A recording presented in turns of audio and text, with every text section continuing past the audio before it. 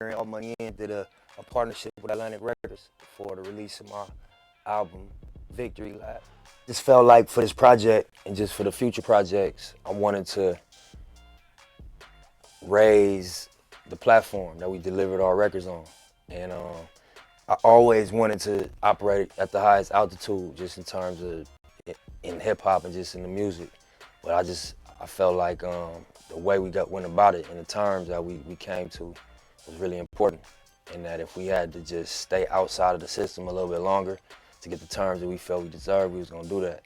So the time came and we was at the point where it made sense to do the type of deal that we was asking for. And I always wanted to be in business with Atlantic. It just was about raising the leverage to where we could really justify what we was asking for. The next 4 projects that we put out on me, we're gonna do with Atlantic as partners. And then, obviously, we would like to keep the partnership outside of my stuff with other All Money In projects. And then even after the term is up, like, I think that we're gonna be able to be really successful together as partners. So I seen what they did with Grand Hussle, seen what they did with the individual artists that they turn into household names. And even like Julie, what she did, with building Rough Riders and Rockefeller and Murder Inc., those joint ventures they did. DTP with Luda, just like to follow in that tradition. All Money In, the first thing we doing is Victory Lap. That's gonna be the first major release with our partnership with Atlantic. Obviously we working with Pac-Man, we working with J Stone, we working with Cubby, BH, Cuzzy, Rob. We got the original team we started with, and then we got artists that we developing also, but right now all the focus is on Victory Lap. I mean, the Proud to Pay thing, we're gonna keep that up. It's gonna be outside the traditional platforms. It'll be available everywhere traditional, but we'll definitely have a Proud to Pay campaign. That's what distinguishes me. That's something that defines me. And we're gonna keep that going. And really more than anything, that's for the fans that really, really support it. We're gonna continue to do special things for them, give them products that's only available to them. People that have supported in the past, we're gonna deliver unique experiences and exclusivity to them, because I feel like those are the ones that count the most and supported the most. So we definitely gonna keep that up. It'll just be outside of the traditional ecosystem. Yeah, it's a lot of artists that I love to be in business with and just, help set themselves apart and help them move forward. We're gonna see what happens, We got people we talking to, we recording with a lot of people. I'm doing a project, a collab project with an artist that, he got his own movement in LA, but it's gonna be dope. And so I've been working with a lot of, I wouldn't say new talent, but like emerging talent. And we'll see what happens.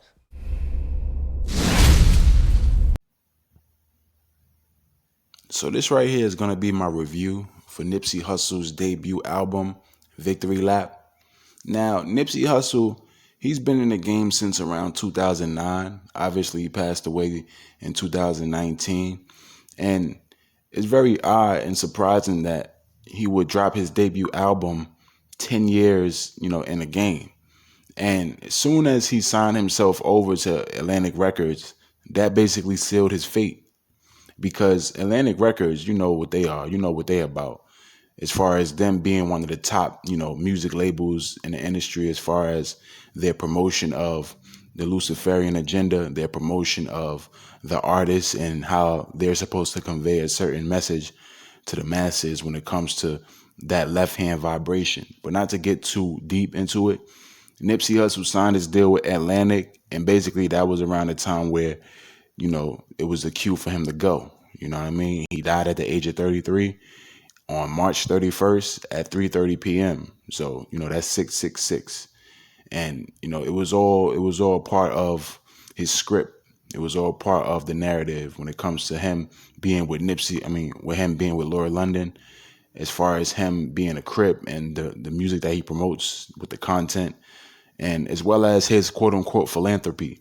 But that was all part of the narrative of Nipsey Hussle. Nipsey Hussle was someone who was basically, about a certain life when it comes to what he talked about, but he lived a total opposite life. And when it comes to the justifying aspect of it, a lot of our people, we tend to go towards the left. We want to justify the actions of someone who did, destructive things on the earth, even though he had, certain certain thoughts of positivity and things of that nature. He still was more on the destructive side. And plus, he talked about it in his music. You got a series called Bullets Don't Have Any Names and things of that nature. And with the whole victory lap aspect, it's supposed to go into the whole marathon thing. And you see here on the V, it has 7 stripes. And the 7 stripes is supposed to represent completion.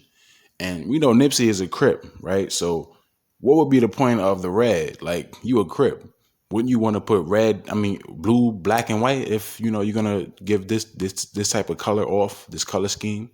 So that's how you know that this is supposed to be for the black mass. This is supposed to be for his sacrifice that was coming. And when it comes to the music industry, when you sign yourself over to these major deals, they become yours. You become theirs, excuse me. Basically, you become theirs. Your soul is taken from you. They can do whatever they want.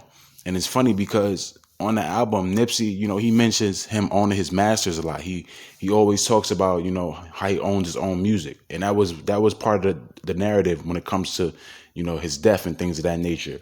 Oh, he owns his own masters. They want to take his masters. Oh, he talked about Dr. Sebi and the health thing. That was all part of the narrative. But we all know that he was sacrificed to the pagan gods. And that's the deeper aspect of it. The surface level aspect is, he owned his own masters. He was philanthropic. He had beef, I guess, with certain people when it comes to that whole ordeal with the guy who killed him. But he was just a Manchurian candidate. He wasn't nobody that was really, doing things of his own volition if you really pay attention to certain things. But Nipsey Hussle was someone who, as soon as he signed that deal over to Atlantic, it was over for him. Because if you notice, like, you'll see him in videos with Drake. I think he was in that Drake video, or it was the Meek Mill video for Going Bad. I was like, what the hell is Nipsey doing in this video? Like, that's kind of odd.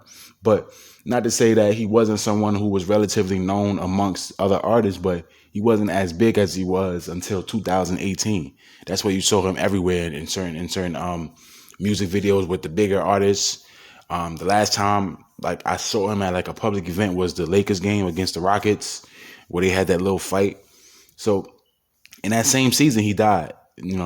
That just as an aside, but it's just funny, man. Like, you start to pay attention to things when you're monitoring these artists, as far as from when they first come in the game to where they at now. And it's funny. I'm doing the same thing with Griselda. I'm taking a close look at them and their rise and the Luciferian aspects as far as what they're doing when it comes to sacrifices and things of that nature.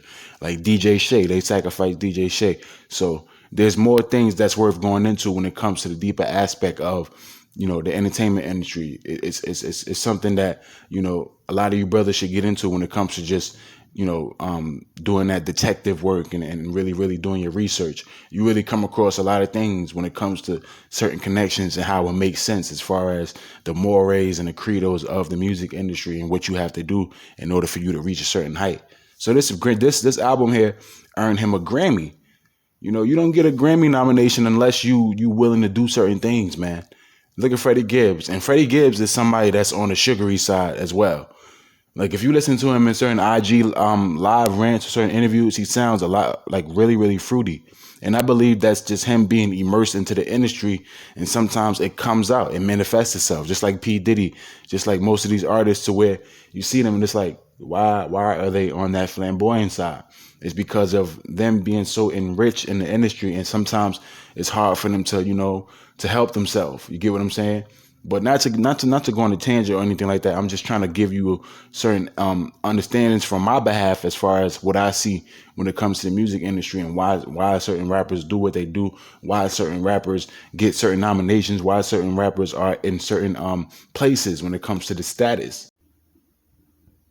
All right, so the first track, Victory Lap, the title track features Stacey Barth. Pretty good track, very, very introductory. It has that feel of an introduction of, opening up a door to an album and giving you that great grand entrance. So this is Victory Lap. Great song. produced by Mike and Keys and Amari Johnson. Very, very good song here. Prolific, so gifted. I'm the type that's gon' go get it. No kidding.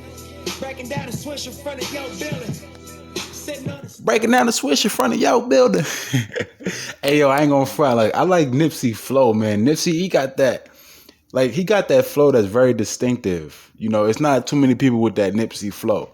I say that about this guy, Stove God Cooks. If you guys don't know about Stove God Cooks, listen to Stove God Cooks. He has a very distinctive flow. And I like rappers like that who, you know, their flow stands out, and it stands out to the point where you can set it apart. So I call it the holy flow. Not to say that he's holy, but he has a set apart flow. So the next track is Rap Niggas.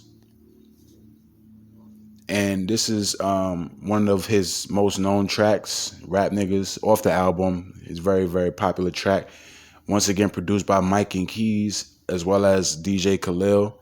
Let's give it a little listen.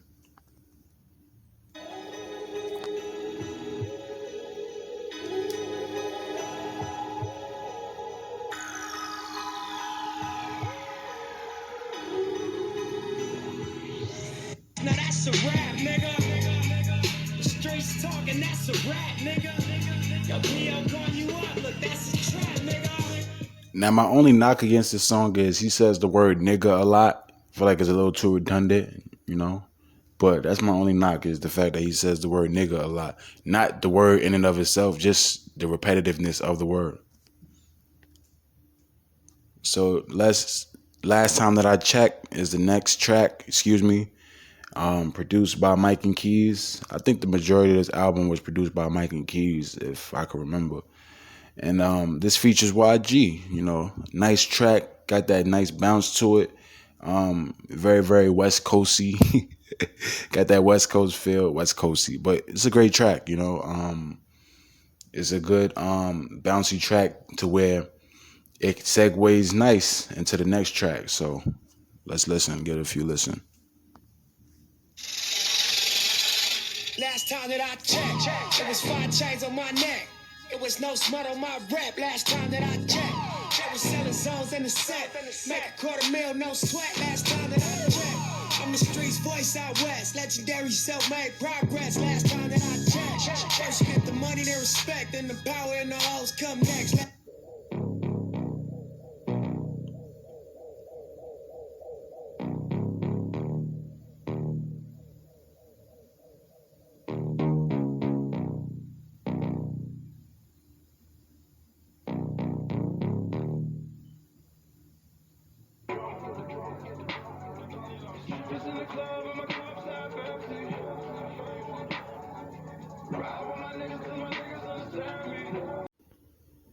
So this is the next track, Young Niggas, produced by Mike and Keys. I love how it has that Party Next Door sample. Nipsey is really doing his thing. Nipsey also had a hand in production on this track as well. So, you know, shout out to Nipsey in regards to his work in the production aspect. And, you know, it's very unfortunate that the man passed away. I know the brother wasn't of the captivity when it comes to the people of the book. He was of Kush, but it's very unfortunate, man, that these things happen to these people when it comes to them being, you know, signed over in the industry. But this right here, Young Niggas featuring P. Diddy. All the paper chase, first you over dedicate, then you notice that you're great, and you been the whole time, and it slap you in your face, then you stacking in your safe, got it cracking, it was fake. Now you the definition, nigga, laughing to the bank. I'm a master of my fate, plus I'm the type of nigga on the masters to my tapes. I'm in Nevada for the day. You see, like, Nipsey mentions that a lot throughout this album, and I feel like that's a reoccurring theme throughout the album, to let you know that that was going to be part and parcel to the narrative in regards to the sacrifice. He even mentions being, like, in a roundabout way, being sacrificed on, I believe, his dedication. I could be wrong, but I believe it's the song Dedication where he mentions something about being sacrificed or something like that. This is song Dedication featuring Kendrick. One of my favorite songs off the album. Kendrick Lamar absolutely bodies it. Like, he bodies this shit. Great song. Nipsey also kills it. as well as the production is great, produced by Mike and Keys and Mars. Mars is a great producer as well. But Dedication, man, Dedication is a great, great track. Probably my favorite off the album. I would say Blue Laces 2 is my favorite. Blue Laces 2 is my favorite, but this is a great track. Contagious, lock us behind gates but can't tame us. Used to be stay safe, now stay dangerous. Cause ain't no point playing defense, nigga. That's why I dove off the deep end, nigga, without a life jacket.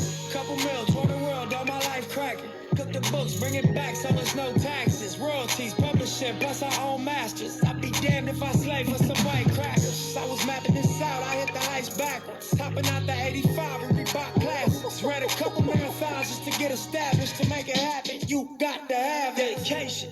Hard work, plus patience. To some more of my sacrifice, I'm done waiting.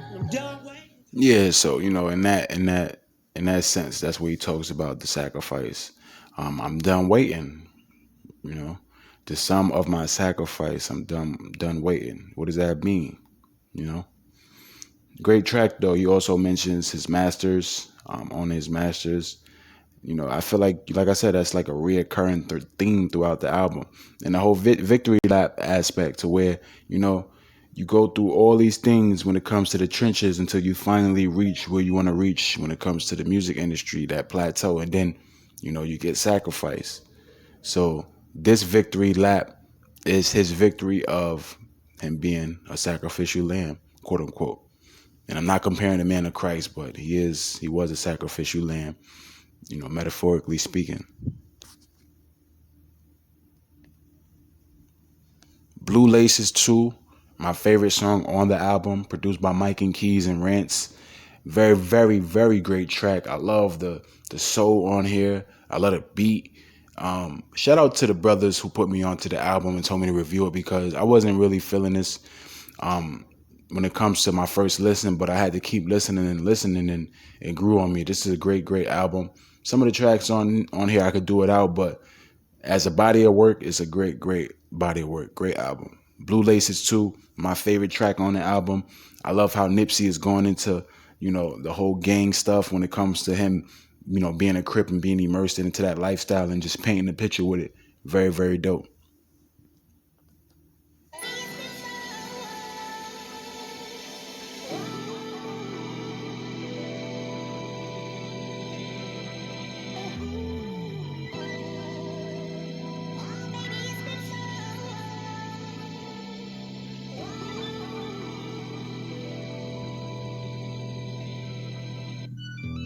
I flash back on that shootout at the beach, 20 deep. You tried to squeeze, your gun jammed, and they released. Blood on your teeth. How many stains? I see 3. The bitch started to panic, so I made her switch seats. Driving there, police chopper here flying there. Really not too spooked, calmly ask me, am I dying now? All I know is keep you calm and collected.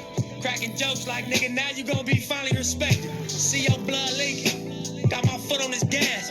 Toss the 40, we pull up to Daniel Free and see crash. You know the alibi. They started shooting, we was standing by. Ain't see nothing but flare from the talus fly. I wasn't there, I was passing by. Matter of fact, don't say shit, I'm just gonna drop you in the back and slide. That's your weed, all the cash is mine. I take them both to the spot, plus your phone till you back online.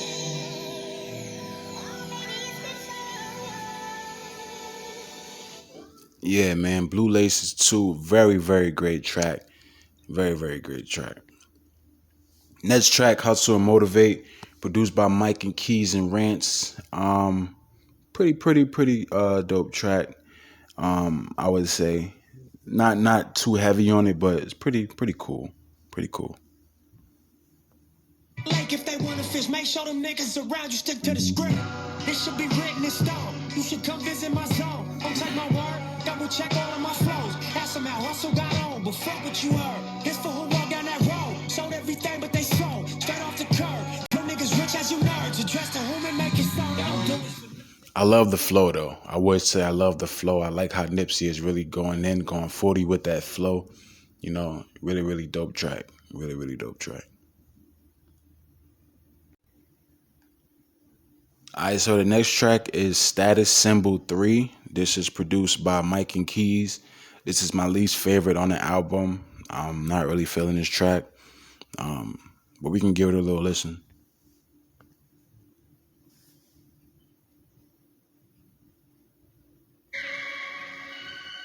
Made it here. Rich real nigga, ask your bitch how that make her feel. Original bad man. Touch your road and Well, Status Symbol 3 was supposed to play. I don't know why this played, but I guess we can go into Sucker Proof. Sucker Proof is, to me, it's a little meh. It's not bad. It's not good. It's whatever. You know what I mean? Sucker Proof, produced by Mike and Keys and DJ Khalil. Just whatever. Just a whatever track. It's not bad. It's not good. It's just meh.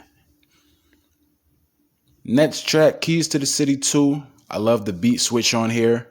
I love that element where you can tell that Jake One has production on here. You got Mike and Keys. I believe that's, they in-house producer. As far as when Nipsey was alive, I guess that was his in-house producer. But this right here is a good track. Like I said, I love the switch up, the composition, the arrangements, things of that nature. Teddy Walton also did some production on here. This is a great track. So this is Keys to the City featuring who is this? T Flea. I'm not sure who that is, but good track. stairs, feel the fire, it's a different glare. All these fights, it was never fair. Busting knuckles, still I'm swinging fears. Takes the salt inside my dripping tears. You should know I never had a fear. You should know I never had a shot, never had a chance, till I took it here. Man, it's proud, but I see it clear. Strategize, I'm an engineer. Pick a side, gotta keep it there. Switching up, nigga, looking weird. I got the key to the city. Grab inside a sandwich bag.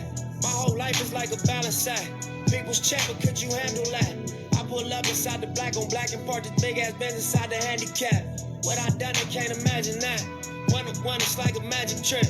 Matter of fact, it's like a lotto pick. That's why I gotta talk a lot of shit.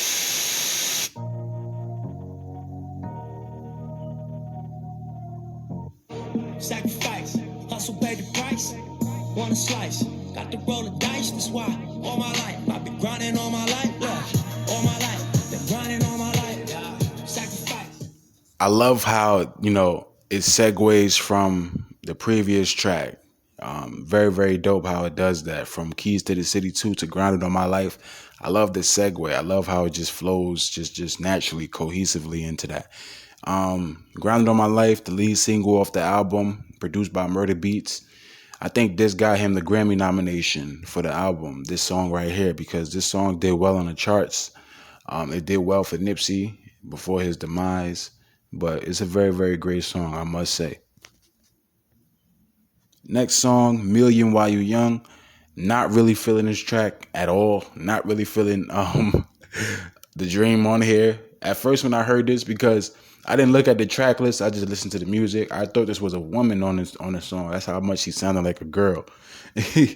And no disrespect or nothing like that, but because the dream is pretty good, or he was at a certain point when it comes to just his his ability to make music and songwriting, things of that nature. But on here, I'm just not feeling it. But it is what it is. Produced by Mike and Keys as well as G Coop. Yeah, wasn't feeling it, but no disrespect. Not knocking people who like the song. I just wasn't feeling the song. Loaded Bases, the next track featuring CeeLo Green, the legendary CeeLo Green, produced by Mike and Keys and Rance. I believe Mike and Keys has production on every single song. This is a pretty good song. Let's give it a listen. Niggas, different lanes, same passion for the male niggas. Switch lanes, all black, 2 glass ceilings. B12 too fast, nigga. Gone. Listen to my ambition, cause I'm on one. Swinging for the fences for the home run. Even further beyond into the universe. But I've got to make it to first. It feels like every second's being stolen. I risk it for every ticket we sold them. You got the ball, I'm gonna take it home. Bottom line, I'm gonna make it home.